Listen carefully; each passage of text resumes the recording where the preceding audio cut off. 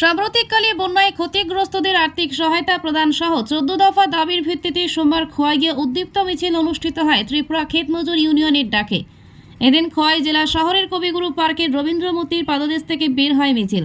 স্লোগানে সোচ্চার গর্জমান মিছিল একে একে পরিক্রমা করে বনকর, নতুন টাউন হল রোড, জননেতা রঞ্জন রায় সেতু কমপ্লেক্স, ভগিনী নিবেদিতা পার্ক ও জননেতা নৃপেন চক্রবর্তী এভিনিউ হয়ে সুভাষ পার্ক বাজারের ওপর দিয়ে স্বামী বিবেকানন্দ সরণি ঘুরে সুভাষ পার্কে সিপিআইএম এর অঞ্চল কার্যালয়ে এসে মিছিলের পরিসমাপ্তি ঘটে। পরে সেখান থেকে 6 জনের প্রতিনিধি দল খোয়াই জেলা শাসকের কার্যালয়ে গিয়ে 14 দফা দাবিতে স্মারকলিপি তুলে দিলেন জেলা শাসক চাঁদনী চন্দ্রনের হাতে।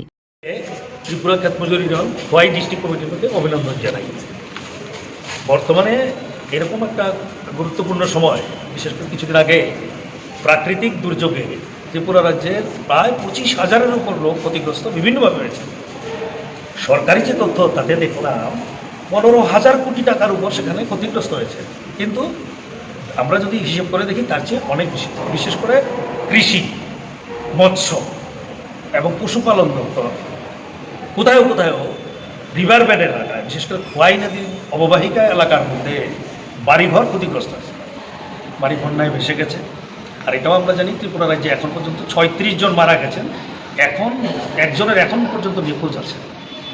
তো এইরকম একটা অবস্থার মধ্যে দিয়ে রাজ্য সরকারের তেমন কোনো হেলদুল সেখানে নেই, তাদের কোনো কর্ণপাত নেই। আমরা যতটুকু খবর পেলাম বিভিন্ন সংবাদ মাধ্যম থেকে, এখন এত 15,000 কোটি টাকা যেখানে ক্ষতিগ্রস্ত, তারা এখন নাকি 1,000 টাকা করে দেওয়ার জন্য রাজ্য সরকারের সিদ্ধান্ত করেছে। এটা একেবারেই কিছু না।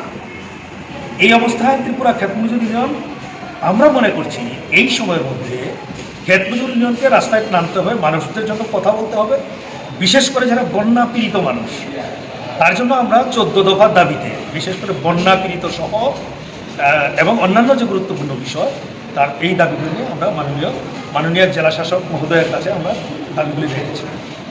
উনি দাবির প্রতি যথেষ্ট সহানুভূতি দেখিয়েছেন এবং বলেছেন যে কৃষি দপ্তর, ফিশারি দপ্তর, অন্যান্য রিলেটেড দপ্তরগুলোর মাধ্যমে এই বার্তাটা উনি পাঠাবেন এবং সরকারের নজরে উনি আনবেন।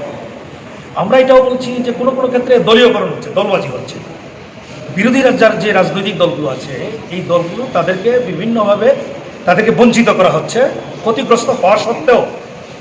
আমরা ক্ষেতমজুর ইউনিয়ন সেখানে দাবি করছি যে কোনো অবস্থায় দলবাজি করা যাবে না। আরেকটা গুরুত্বপূর্ণ সিদ্ধান্ত, বিশেষ করে আমরা আছি এমএনরেগা। আপনারা এটা ভালো জানেন, আপনারা যারা বিভিন্ন সংবাদ মাধ্যমের লোক আছেন, 2005 সালে এটা আইনে পরিণত হয়, 100 দিনের কাজের গ্যারান্টি তৈরি হয়। পূর্বে একটা বন্ধু সরকার ত্রিপুরা রাজ্যে ছিল, বামফ্রন্ট সরকার, 100 দিনের কাজের গ্যারান্টি হয়েছে। গড়ে ত্রিপুরা রাজ্যে 94 দিন কাজ হয়েছে এবং এটাও আমরা লক্ষ্য করেছি কোনো মানুষ আবার 100 দিনের উপরও কাজ করেছে। কিন্তু আমরা এখন দেখলাম এই প্রকল্পটাকে উঠিয়ে দেওয়ার জন্য চেষ্টা করছে। এখন গড়ে গিয়ে 47-48 দিনের বেশি কাজ সেখানে পায়নি এবং সব মানুষ সেখানে কাজও পায়নি। আমরা মনে করছি এই সময়ের মধ্যে রেগা, এটা 200 দিনের কাজ এবং জিনিসপত্রের দাম যেহেতু বাড়ছে, তার সঙ্গে সঙ্গতি রেখে ন্যূনতম মজুরি 600 টাকা করার জন্য আমরা ডিমান্ড করছি।